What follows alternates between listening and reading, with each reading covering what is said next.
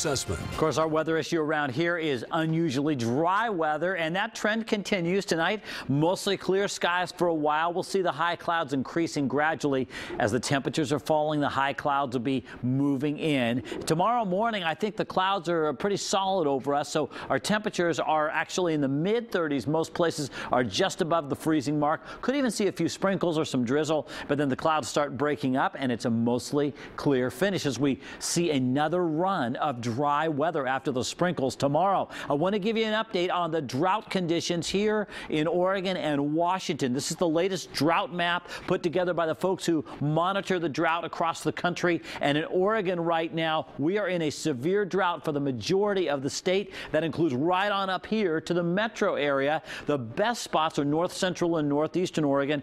And these are also where we've had our highest snowpack, where it's moderate drought. Washington, your situation not quite as severe. You're in widespread moderate drought, but I mean that goes all the way through, Olympia, through Seattle, on up to Bellingham.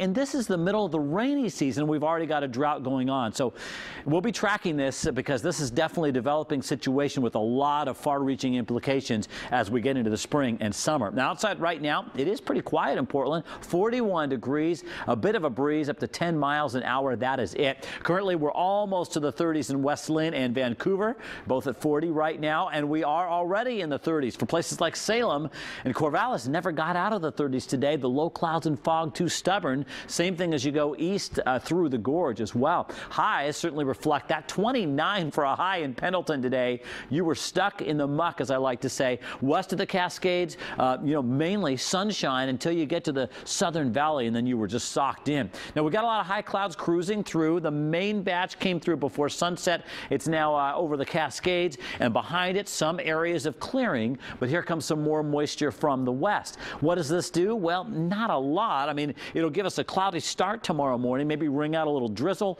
or some sprinkles, but by midday tomorrow, those clouds are breaking up, and I think by tomorrow evening, we're back to mostly clear skies around here, and that trend continues. Why does it do that? Well, the east wind's going to pick up. It's not so much through tomorrow evening. Things are pretty quiet, but as we get into Thursday morning, a more widespread east breeze, and it spills out across the metro area and to the south of us and to the north, and that will actually give us some beautiful sunshine and help clear out our skies. But tomorrow, it's the morning clouds and maybe some sprinkles, and then we will go for clearing skies as we get into the afternoon. Through the valley, same thing, but slower clearing in the central and southern valley. Maybe a few patches of fog. Columbia Basin stays mostly foggy tomorrow. Otherwise, a few high clouds, and same thing through the gorge. And then over the Cascades, it's morning drizzle to afternoon sun with a freeze level of 9,000 feet in the afternoon. And the temperatures headed up again once we get to Thursday and Friday because of all that sunshine. So we start with freezing temperatures Thursday and Friday morning,